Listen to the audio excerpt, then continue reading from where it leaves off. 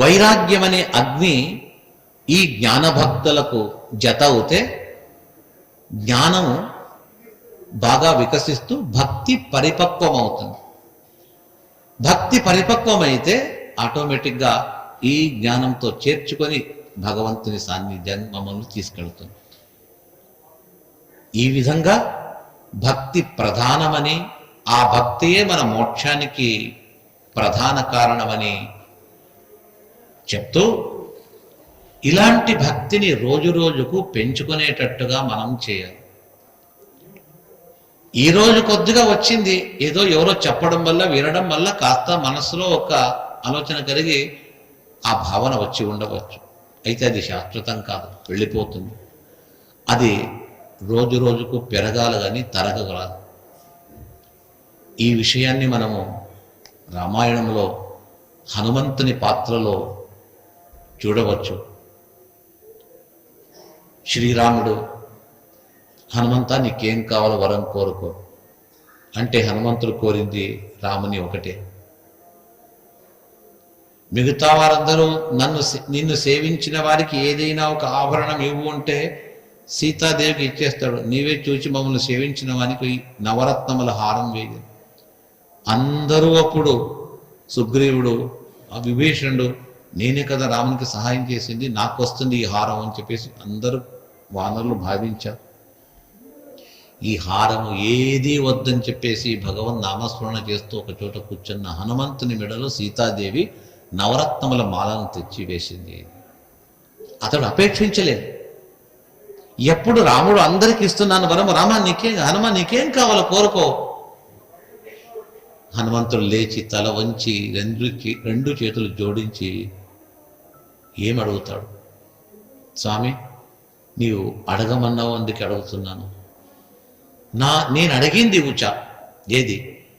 ప్రవర్ధతాం భక్తిరలం క్షణే క్షణే.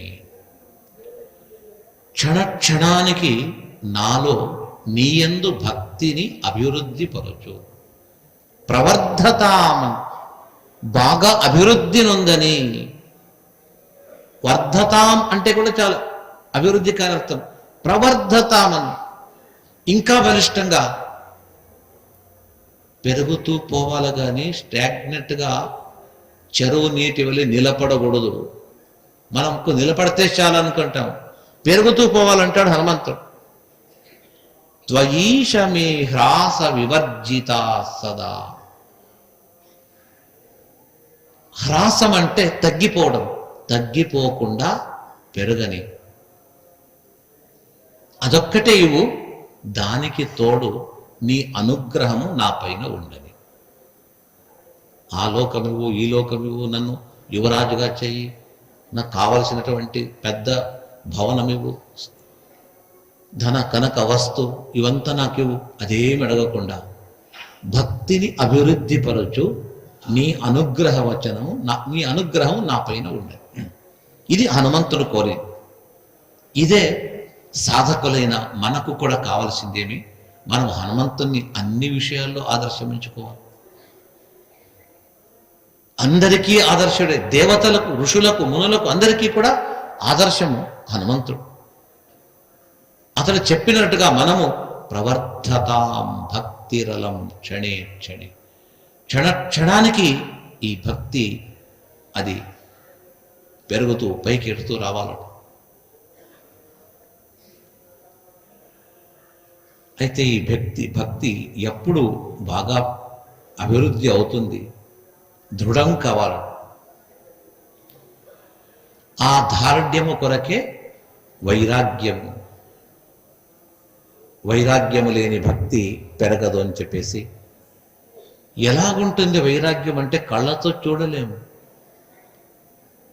ఏదైనా ఊరు ఎలాగుంటుంది చూడొచ్చు, ఈ నది ఎలాగుంటుంది, ప్రకృతి ఎలాగుంటుంది, అరణ్యం ఎలాగుంటుంది, పర్వతం చూడొచ్చు. కానీ భక్తి ఎలాగుంది అంటే, వైరాగ్యం ఎలాగుంటుంది అంటే, ఒక వ్యక్తిలో ప్రవేశించినప్పుడు ఆ వ్యక్తి యొక్క వ్యక్తిత్వాన్ని బట్టి ఇతని భక్తిమంతుడా, జ్ఞానవంతుడా, వైరాగ్యవంతుడా అనేది అటు చూస్తే అర్థమవుతుంది.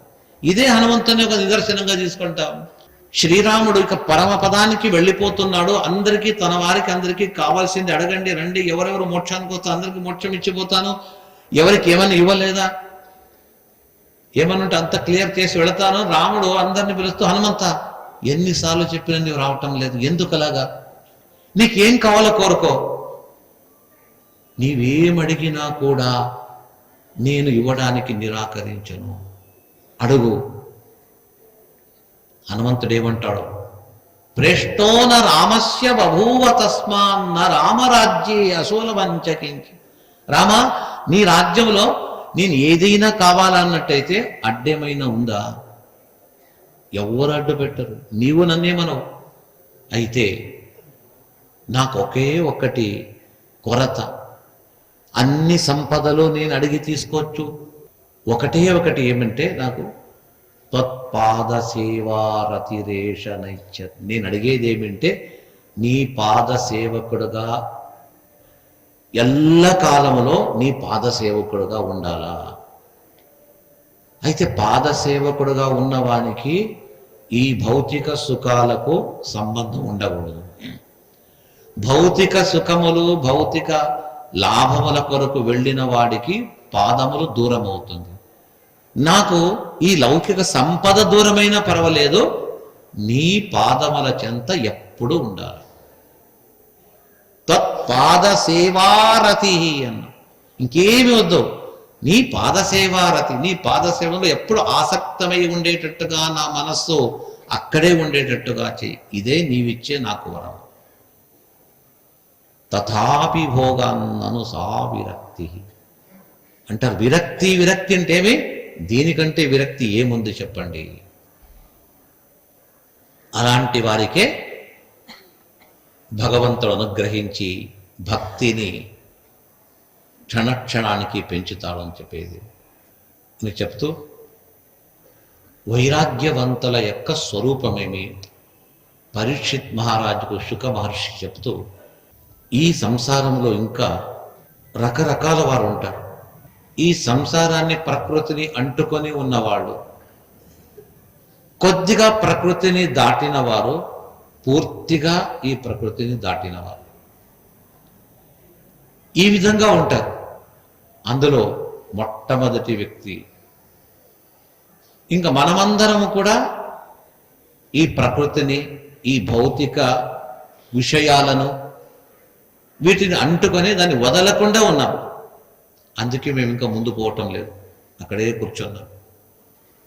కొందరు చాలా వరకు వదిలింటారు, ఇంకా కొద్దిగా బంధం ఉంటుంది. ఏమీ లేదని చెప్పేసి అన్నిటినీ వదిలిన వాళ్ళు పరమ విరక్త శిఖామణి. వాళ్ళు ఎలాగుంటారు, వారిని పక్వ సాధకులు, యోగులు, వారి యొక్క జీవనమే పరిపక్వమైపోయి ఉంటుంది. అలాంటి పరిపక్వ సాధకులైన వారు ఈ సంసారంలో ఉంటారు. అయితే వారు జీవన్ముక్తులు ఉంటారు. అంటే జీవించి మానవ దేహాన్ని ధరించి ఉన్నను ముక్తి పొందిన వారి వలె.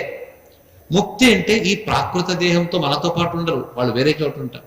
అయినా కొందరు జీవంతులుగా ఉన్న ముక్తుల వలె ఉంటారు, వారే జీవన్ముక్తులు. పరిపక్వ సాధనను గావించిన వారు, వారి స్వరూపమేమి, ఎక్కడ, ఎలాగ, ఏ విధంగా ఉంటారు, ఏం ఆశిస్తారు. నిద్రపోవడానికి మనకు రోజు ఇల్లు బాగుండాలా, నిద్రపోవడానికి బాగా మంచి మంచము, మెత్తటి పరుపు, తల కింద తలగడ, ఇవంతా పెట్టుకొని ఉంటే నిద్ర వస్తుంది.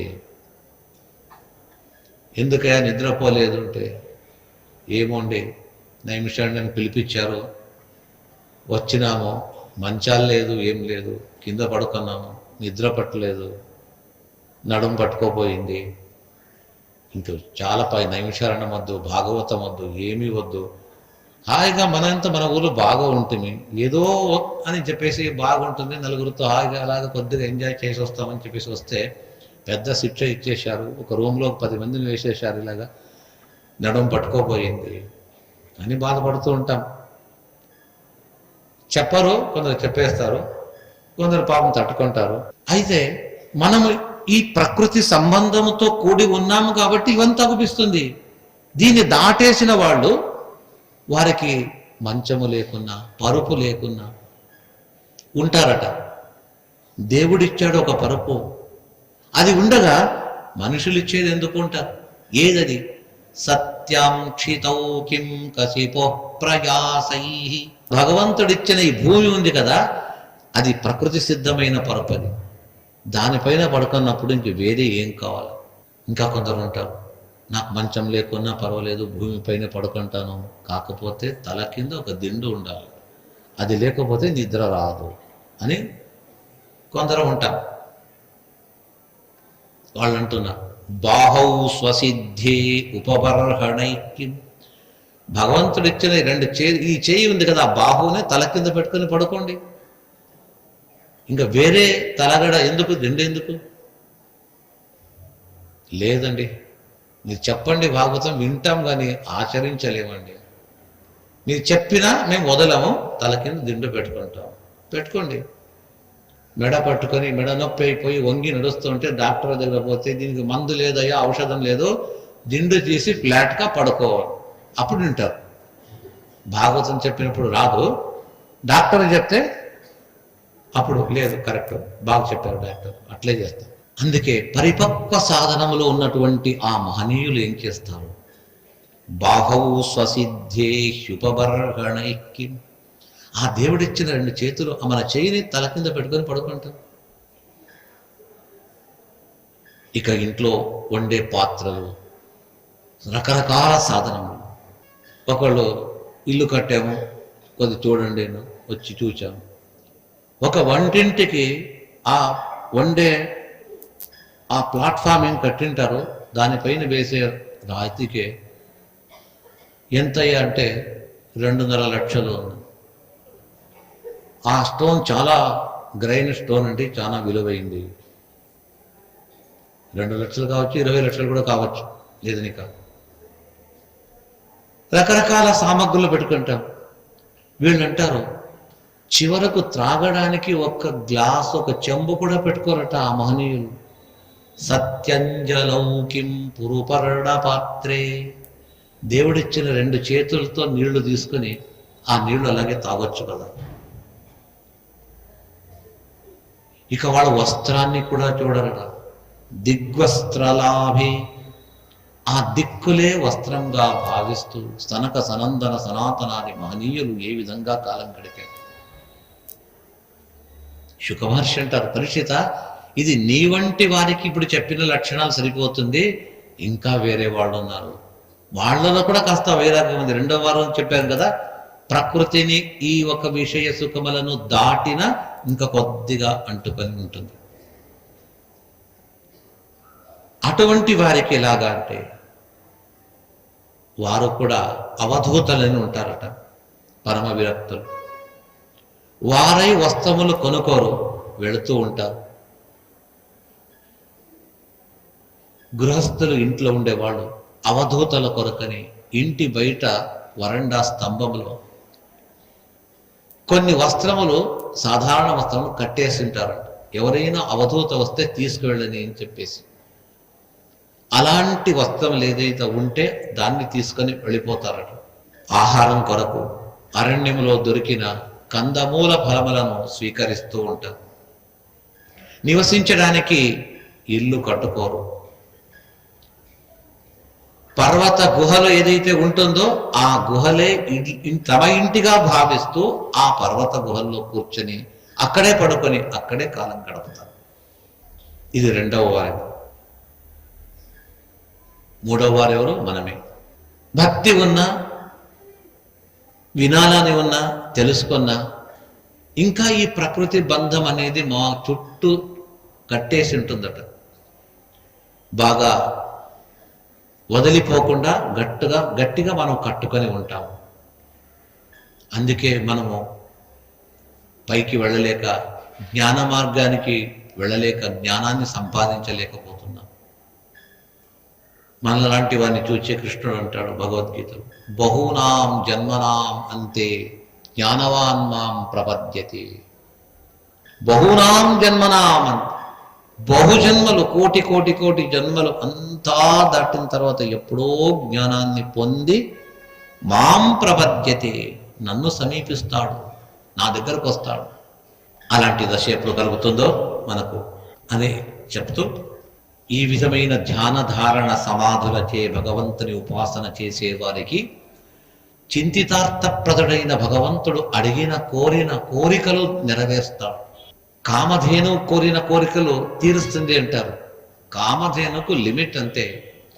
ఏటీఎంలో డబ్బులు ఉంటుంది, ఎంత ఉంటుంది? వాళ్ళు పెట్టినంత ఉంటుంది. ఒకరోజు అయిపోతే మళ్ళా అది ఖాళీ డబ్బా, అంతే, ఏం లేదు. ఈ కామధేను అలాగే ఏటీఎం బాక్స్ వలె అంతే. అయితే నిజమైన కామధేను ఎవరు? భగవంతుడు. ఎంతమంది ఎంత కోరినా ఏం కోరినా క్షణమాత్రములో అనుగ్రహించే శక్తి ఒక్క పరమాత్మకు ఉంది. లక్ష్మీదేవికి అపార సంపద కదా. ఎంత అపార సంపద లక్ష్మీయే ఇస్తుంది అని చెప్పేసి మనము లక్ష్మిని మాత్రమే శుక్రవారం రోజు పెట్టి లక్ష్మీ పూజ చేస్తూ, ఇక ఈ కర్ణాటక సాంప్రదాయం ఇంకా ఎక్కువ, భాగ్యాద లక్ష్మీ బారమ్మ అని చెప్పి ఆ పాట పాడుతూ పాడింది కుంకుమార్చన చేసింది అర్చన చేస్తూనే ఉంటాం. సంపదిస్తుంది. అక్కడ భాగ్యద లక్ష్మి అంటే భాగ్యం అంటే కేవలం ఈ సంపద మాత్రమే కాదు. భాగ్యం అంటే సౌభాగ్యం, భాగ్యం అంటే జ్ఞానం, భాగ్యం అంటే ఇంటి నిండా మనవాళ్ళు మునిమనవాళ్ళు వాళ్ళతో కూడి అందరూ కలిసి ఉండేది, అదొక భాగ్యం. భాగ్యశుడం చాలా రకరకాల, ఓన్లీ కరెన్సీ మాత్రమే భాగ్యం కాదు. మొత్తానికి లక్ష్మీదేవి భాగ్య దేవత ఇస్తుంది, కావలసినంత ధనం ఇస్తుంది. అయితే ధనము ఆమె కూడా ఏటీఎంలో బాక్సులో ఉన్నంత వాళ్ళే లక్ష్మీదేవి ధనం కూడా. తానే చెప్తుంది ఋగ్వేదంలో ఒక సూక్తంలో, లక్ష్మీ సూక్తంలో, అమ్మా నీకు ఇంత శక్తి వచ్చింది ఎలాగంటే, ఇంతకంటే ఎక్కువ శక్తి ఉంది, మీరు తక్కువ చెప్పారు, కాకపోతే ఆ శక్తి కూడా నాది కాదు. నాకు ఈ శక్తిని రోజు రీఛార్జ్ చేసేవాడు ఒకడున్నాడు, అతడే నా పతి అయినటువంటి శ్రీమన్నారాయణ. అతడిచ్చిన ఆ సంపద నేను మీకు పంచిపెడుతున్నాను. క్యాషియర్ దగ్గర వెళ్ళి విత్డ్రావల్ ఫామ్ ఇచ్చేసిస్తే ఆ క్యాషియర్ ఇస్తాడు, మనకి ఎంతగానో డబ్బు ఇచ్చి పంపిస్తాడు. అదేవిధంగా మనకేం కావాలో ఉపాసన చేసిన వారికి లక్ష్మి అంత ఇస్తుంది. అయితే ఆ లక్ష్మికి కూడా సంపద శక్తిని ఇచ్చే వ్యక్తి లక్ష్మీపతి కథ. అందుకే అతన్ని చింతితార్థప్రద అని శాస్త్రములు కొనియాడుతుంది. ఎవరు ఏ చింతన ఏం అడుగుతారో అడిగిన దాన్ని అడిగినట్టుగా ఇచ్చే శక్తి ఆ ఒక్క పరమాత్మకు మాత్రమే ఉంది.